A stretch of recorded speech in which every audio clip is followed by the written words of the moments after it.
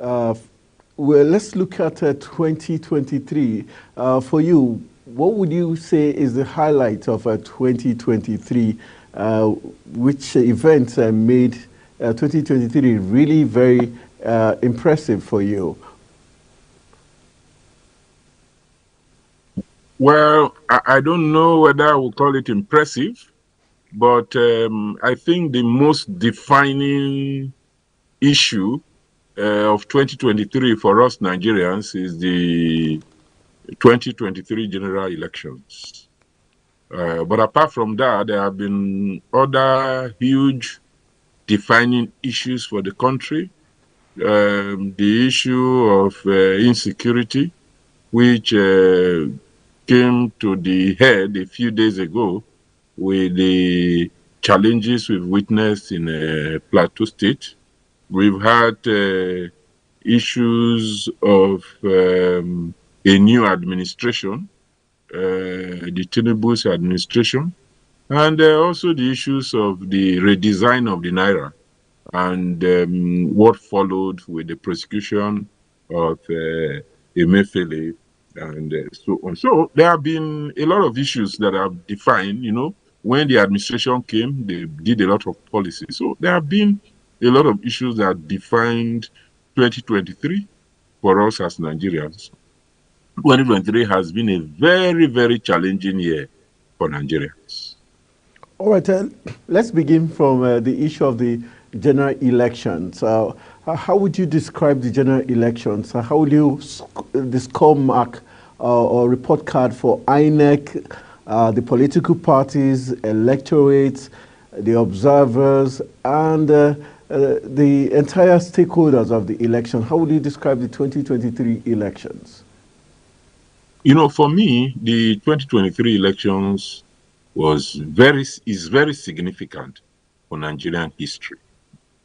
I think that many political analysts and watchers have not really looked in depth and reflected on the significance of the elections. Because if you look at the political and electoral history of Nigeria, you discover that the first elections were held in 1923. And so the 2023 elections was the 100 years of election in Nigeria. And if you look at previous elections from, you discover that there has always been a pattern. There has always a lot of malpractices. There has always been a lot of challenges that it came to head in 2007. There are some scholars categorize it as the direct capture of the people's mandate, where people were on queue and results were declared in Abuja. And over the years, there has been efforts to reform the electoral system. And at 2023, there was a lot of promises and a lot of expectations. But when the elections came, those expectations were dashed for many people. But if you look at it critically, you discover that there are some positives and there are some negatives.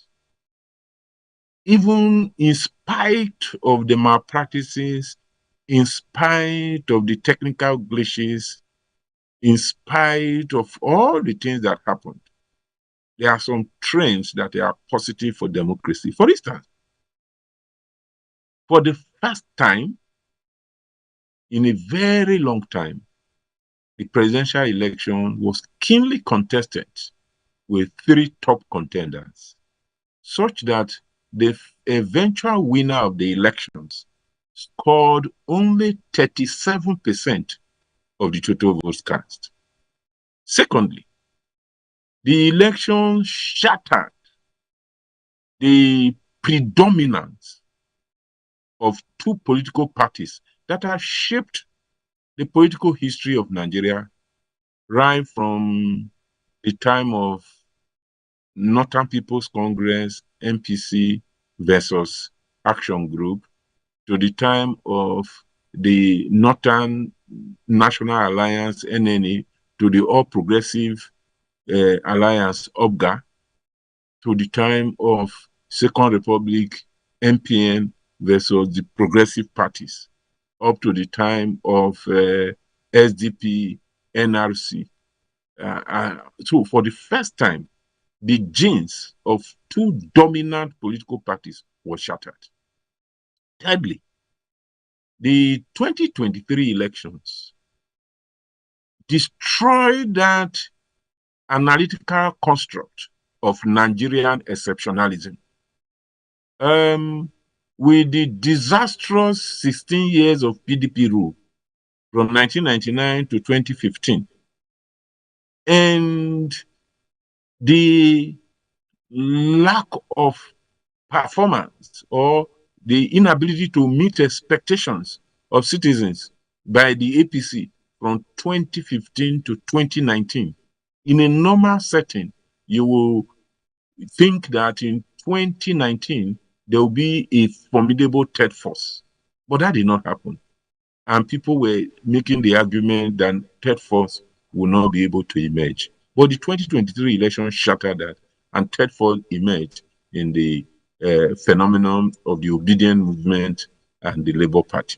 So these are all positives. And then the use of beavers, improved the process. Let me tell you how it did. For instance, in the state I come from, Delta State, in previous elections, the Delta South always produces more than 50% of the total votes cast in the elections, despite the fact that it is the senatorial district with the lowest amount of voters. But because it's from the riverine area, so periwinkles and all of them vote. But in the 2023 election, they were not able to produce 20% of the votes cast, which shows an improvement in the electoral conduct. However, there was a major negative outcome of the election. That is the inability of the INEC to upload the results as they were happening. And they argued that it was as a result of technical glitch. I'm amazed that even up to this moment, INEC authorities have not explained what happened to Nigeria. They have just kept mute. So there is a lot of, like your question, there are a lot of things that needs to be done to improve elections in future elections. Number one, INEC needs to be reorganized. I don't see how another election will be organized with this set of leaders and there will be confidence in the system. So there need to be a change of leadership of INEC. And also, they also need to be look at the electoral law after the Supreme Court judgment. Not to cut you short, when you say INEC needs to change, are you saying we should do away with this concept of using those in the academia to drive INEC because they have failed? They've showed that they also soil their hands in terms of corruption. They've been found wanting. Should we go away from the norm of using those in the academia as the front runners of INEC? It's not a question of whether you bring the people from academia or you bring the people from government. That is part of the problem we have in this country. We just look at things and then we just as superficially. Let's remember that before INEC started using academics, the INEC was using government officials, and they were worse. If you look at it very well, it's the Jega administration that introduced the use of academics. And at the beginning, the academics were carefully selected, those with activist background and who are well known for integrity. But the challenges with Nigeria, at a point, they started putting any person who is a vice chancellor, who is a this, and we saw the compromise that we saw. But the point is not to say you take from academia, or you take from government, or you take from NYC, or you take from civil society. They are all Nigerians and they operate within the same milieu. What needs to be done to improve our electoral system is for every stakeholder within that system to do their work diligently. Let me give an example. For instance, the security agencies have their own part of work to do. Security agencies cannot be seeing people buying vote openly and leave it to go. Two, the political parties need to do their work. If you look at this last election, we had about 16 or so political parties. But you go to the polling units, you don't see their agents. Political parties need to be well organized. And that's why you see in the court cases, for instance, even the big parties, many of them in many states cannot bring the original results from the polling units. So that's why many of them are also losing at the court cases. So political parties need to be really reorganized. If the political parties are active at the unit level, it will lead to increased credibility of the elections. Third, the media. The media, there are regulations governing coverage of elections, equal access to all candidates. We are not seeing all of these things. Four, enforcement of the laws. Many of the things that are called malpractices are illegal, and they should not be allowed to take place during elections. In fact, the reform of political parties need to go even beyond just being at the polling units. Our political parties are not operating as political parties, because political parties is the bedrock of democracy in modern society. Democracy cannot exist without political parties.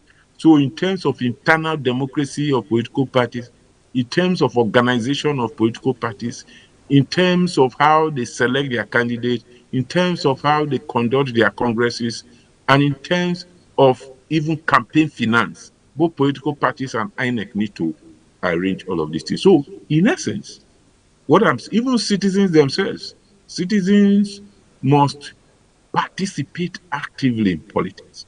One of the challenges we have in Nigeria is that good people, religious people, patriotic people, professionals avoid politics. That's why you see that in every other sector, Nigerians are global leaders. A Nigerian is the Deputy Director General of the United Nations, doing extremely well, Amina Mohammed. A Nigerian is the Director General of World Trade Organization, WTO, Dr. Ngozi Okonjo-Iweala, doing very well. A Nigerian is the President of ADB, Dr. Adewumi, doing very well. A Nigerian who is still today living in Benin City, Edo State, Dr. Osahon Enabulele, is the Global President of World Medical Association, doing very well. 3 Nigerians among the 10 richest Africans. So in business, doing everywhere. In professional, when you go to the UK, the US, Nigerians are dominating the health sector, providing leadership in every area. But when it comes to politics, Nigerians shy away from it. So citizens must participate in politics. It was Plato who counseled us that if you refuse to participate in politics, you'll be ruled by your inferiors. And then Monbok stated clearly that for evil to triumph is for good men to do nothing. And Frantz Fanon counseled us that the future will have no pity for those men and women who, possessing the exceptional privilege of being able to speak the words of truth to their oppressors, have taken attitude of passivity, of mute indifference, and in some cases of cold complicity. Nigerian citizens, in fact, for me, and I've stated this several times, I have been privileged to participate in the 3 key sectors in society: government, civil society, and private sector. And I am very, very sure, without fear of contradiction, that if this country will have to move forward, the civil society and citizens have to step up. The politicians will not wake up one day and become born again and begin All, to do good. all Or right. the private sector Yeah. will not stop the pursuit of their profit. So citizens who normally engage in those normative issues of elections, of peace and security, of gender equality, of environment must wake up and rescue this country. In terms of good people not coming into politics, like you rightly posited, can we say it's because of the violence associated with Nigerian politics, the fetishness associated with it that makes the good people, like you've stated, do not want to get involved in politics because they don't want their life to be at stake? And also the issue of money bags. You have to be a money bag to be able to succeed in Nigerian politics, and the corruption. That is partly the reason. But if those reasons prevent them from participating, then there will be a vicious circle. That politics, how important politics is, politics determines every other thing. Politics determines the media. Politics determines religion. Politics determines education. Politics determines economy. Politics determines whether we will live or die. So, if you say because it's dirty, because people who are practicing it are dirty, if you say because it's violent, because people practicing it are violent, and you stay away from it, it will be dominated by violence. It will be dominated by dirtiness. It will be dominated by charlatans. And the reality is that if there is massive participation, then you'll be able to curb all these challenges that we are seeing. That is the only way for us in this country. Massive participation of citizens and good people in politics. That is the only way we can begin to have good policies. The leadership that Nigerians are demonstrating in other sectors that I've mentioned earlier, that is the only way you can bring it to the political sector and our country will move forward. Because it has been documented and Okay. established that the progress, development, and future of countries Okay. depend on the type and quality of leadership that they have. All right, let's wrap it up as regards the 2023 general elections. Let's look at the off-cycle elections that took place in Bayelsa, Kogi. How would you describe that off-cycle elections that took place in those states? Would you score INEC high, or would you say it was the same issue of godfatherism, incumbent governors deciding who takes over from them? And would you say INEC did poorly or they did better? Usually, if you look at the trajectory of elections, we always discover that off-cycle elections are better organized because all attention is put on a few places. However, the off-cycle election still witnessed the same challenges that you mentioned: challenges of money, challenges of incumbent, and challenges of malpractices. So, and it will be extremely difficult to score INEC high today because the public perception of INEC is very, very bad for one singular reason: failing to deliver on upload of the results in IREF as it occurs. And without it today providing an explanation to Nigerians about it. So I think that there is still a lot to be done. There is still a lot of reform to be done. But as I've consistently argued and advocated over the years, there is too much emphasis on INEC. I think that all stakeholders in the electoral circle and in the electoral system need to be engaged to improve the electoral process. Because if you look at the trajectory of behavior and conduct during elections, you will see that after every general elections, INEC and other stakeholders will look at the laws, look at the loopholes, and see what reforms can be done. But each time, the political gladiators will go back and see how to subvert those laws. And they subvert the laws, you know, we see some of them on television. We've seen cases where prominent people carried ballot boxes and it was captured on TV. And up to today, there is no prosecution. When you do that, you promote impunity. And so, yes, INEC need to be reformed.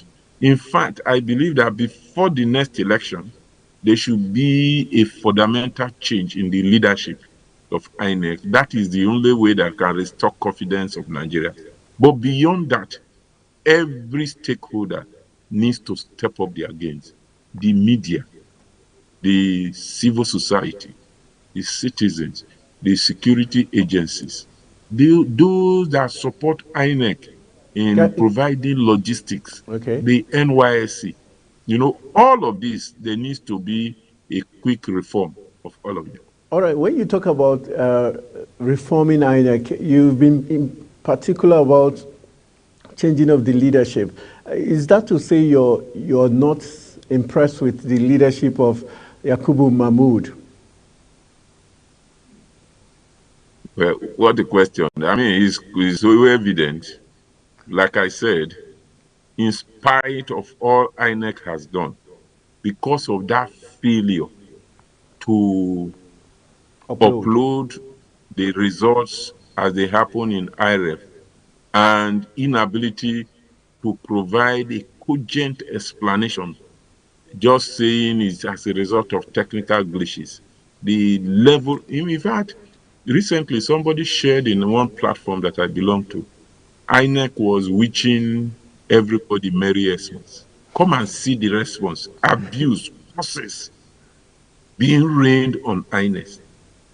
So something must be done, actually, to restore the confidence of that institution.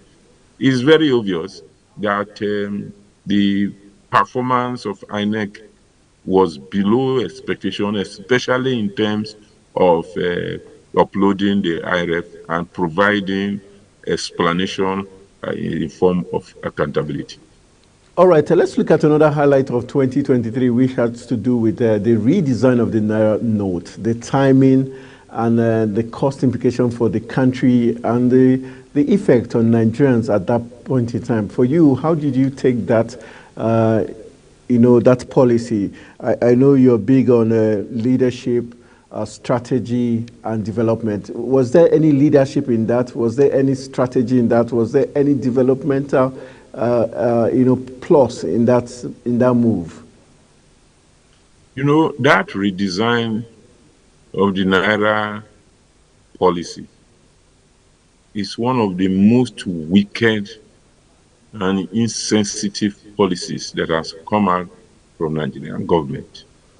There were times where seeing things on social media, on TV, inside my room, I cried. In fact, one of the pictures is still very clear in my mind. I think it was in Ikorodu, the place where they were selling plantain and all of those things. Everything was rotten. We saw how people died because they did not have access to their money. We saw how people's mental state became challenged because they did not have access to their money. We saw how people remove their clothes and become naked.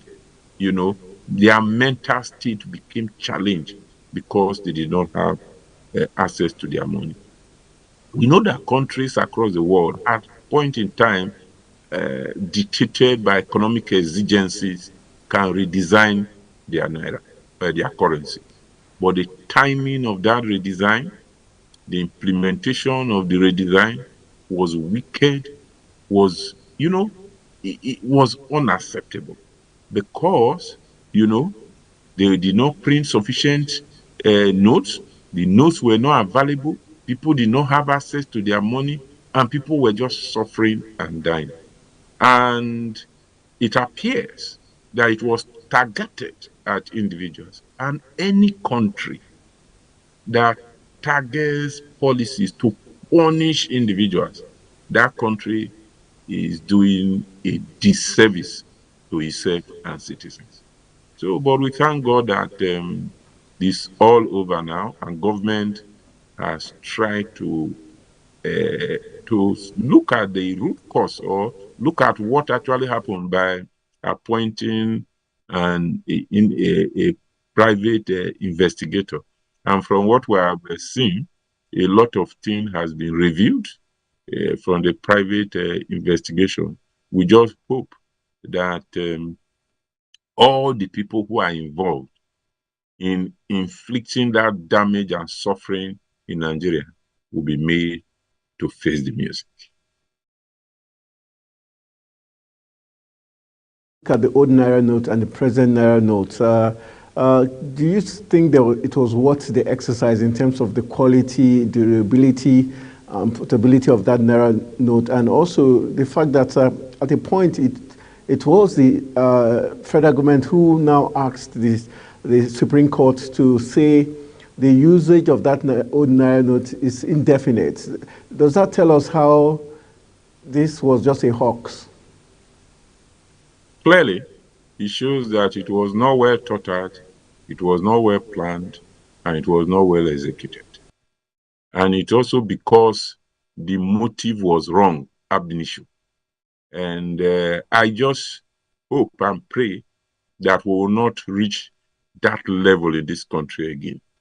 But it goes back to the fact that in this country, we need to go back to the basics.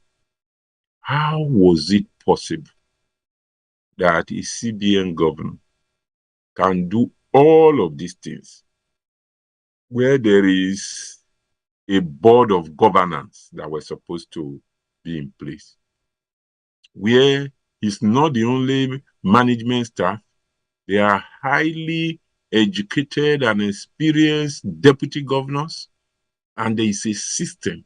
You know, that is one of the things we must always realize, that for every agency, there are supposed to be systems that promote integrity, transparency, and accountability. So for the CBN, for instance, the presidency is the supervisory agency of the CBN. So that should serve as some form of check. Secondly, there are internal processes within CBN that should serve as a form of check. Thirdly, there is a committee of the National Assembly that is supposed to serve oversight over the, and then of course, the media and citizens. How come that all of this failed to stop the CBN? That is why we talk about institutions. We must build these institutions of government. Every ministry, department, and agency must have internal procedures for doing things, must have internal corporate governance, must have internal monitoring and evaluation system that can checkmate the chief executive. And the relevant parliamentary oversight bodies must also do their work. The relevant supervisory